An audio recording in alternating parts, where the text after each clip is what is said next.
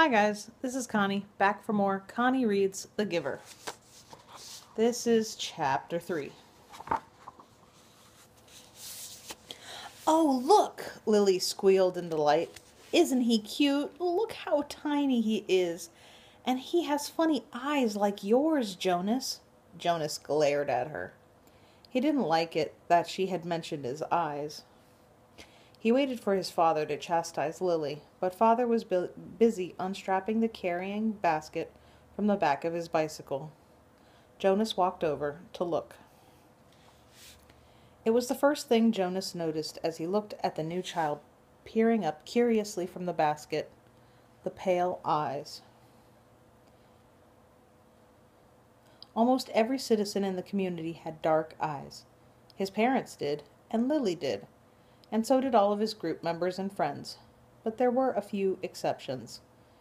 Jonas himself, and a female 5, who he had noticed had the different lighter eyes. No one mentioned such things. It was not a rule. But it was considered rude to call attention to things that were unsettling or different about individuals. Lily, he decided, would have to learn that soon, or she would be called in for chastisement because of her insensitive chatter.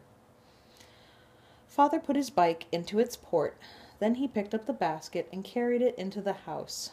Lily followed behind, but she glanced back over her shoulder at Jonas and teased, "Maybe he had the same birth mother as you." Jonas shrugged.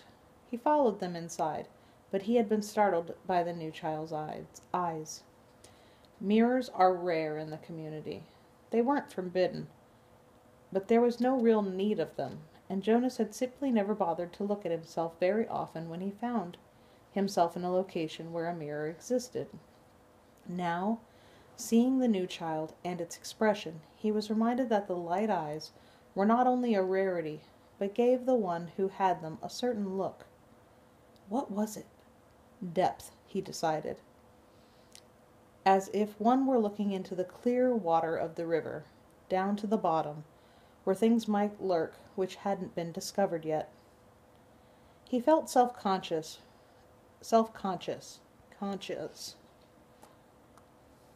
realizing that he too had that look. He went to his desk, pretending not to be interested in the new child. On the other side of the room, Mother and Lily were bending over to watch as Father unwrapped its blanket. "What's his comfort object called?" Lily asked, picking up the stuffed creature which had been placed beside the new child in his basket. Father glanced at it. "Hippo," he said. Lily giggled at the strange word. "Hippo," she repeated, and put the comfort object down again. She peered at the unwrapped new child, who waved his arms. "I think new children are so cute," Lily sighed. "I hope I get assigned to be a birth mother." "Lily!" Mother spoke sharply. "Don't say that. There's very little honor in that assignment." "But I was talking to Natasha, the 10 who lives around the corner.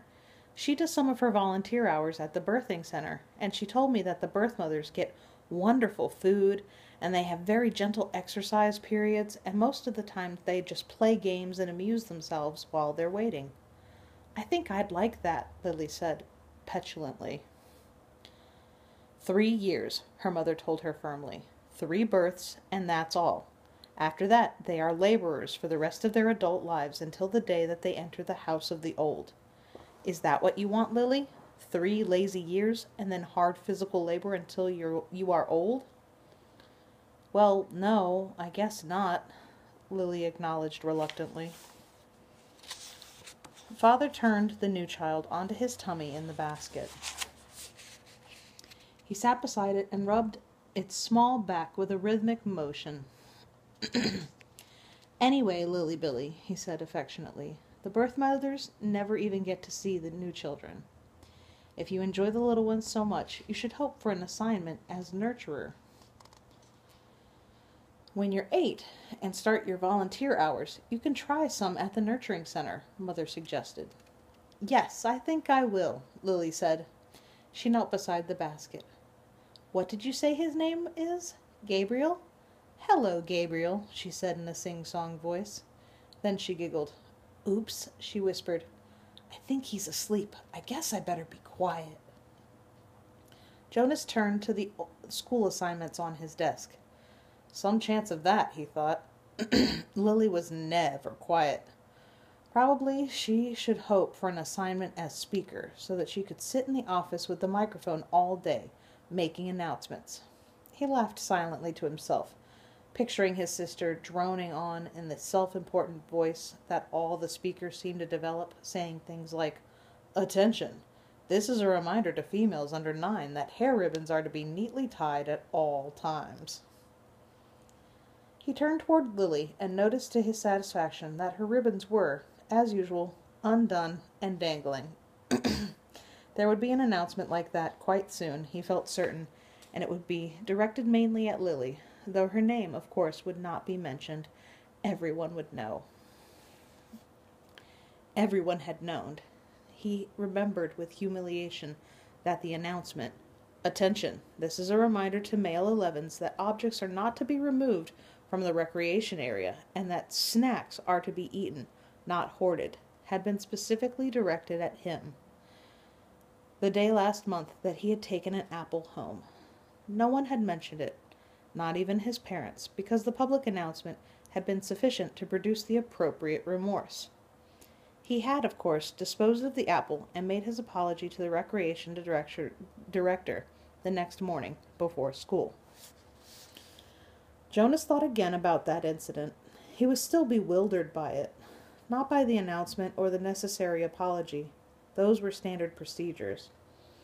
He had deserved them, but by the incident itself. He probably should have brought up his feelings of bewilderment that very evening when the family unit had shared their feelings of the day. But he had not been able to sort out and put words to the source of his confusion. So he had let it pass. It had happened during the recreation period, when he had been playing with Asher.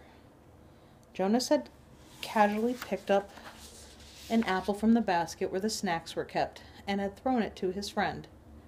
Asher had thrown it back, and they had begun a simple game of catch.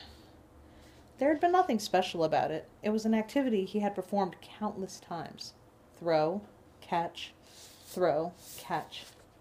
It was effortless for Jonas, and even boring, though Asher enjoyed it, and playing catch was a required activity for Asher because it would improve his hand-eye coordination, which was not up to standards.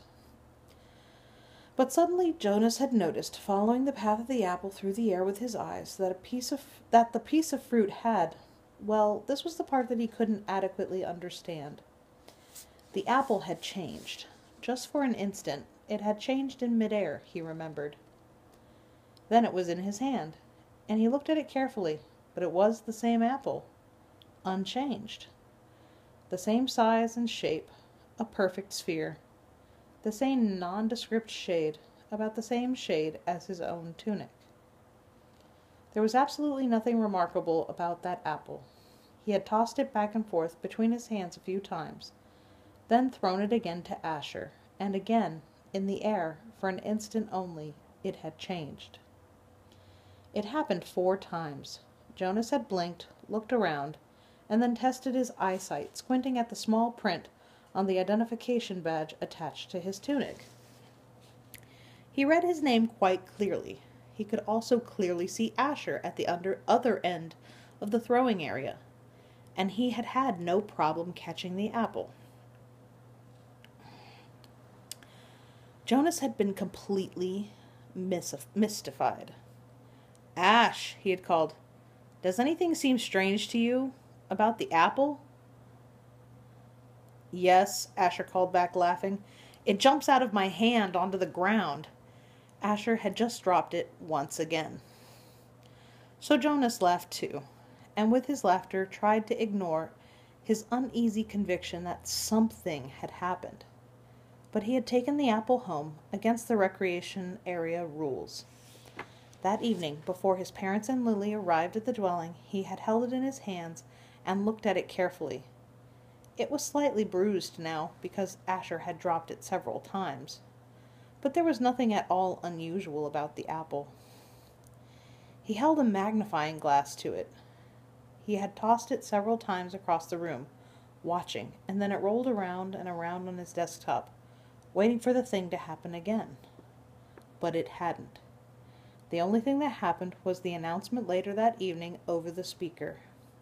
The announcement that had singled him out without using his name, that had caused both of his parents to glance meaningfully at his desk where the apple still lay.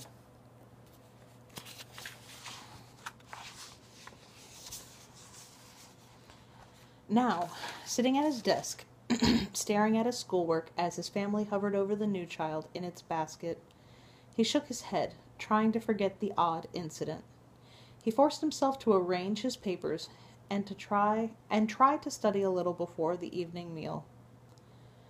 The new child, Gabriel, stirred and whimpered, and Father spoke softly to Lily, explaining the feeding procedure as he opened the container that held the formula and equipment. The evening proceeded as all evenings did in the family unit, in the dwelling, in the community. Quiet, reflective, a time for renewal and preparation for the day to come. It was different only in the addition to it of the new child with his pale, solemn, knowing eyes. And that is chapter 3. Be careful with that and enjoy. Please and thank you, and I will see you for the next installment. Bye.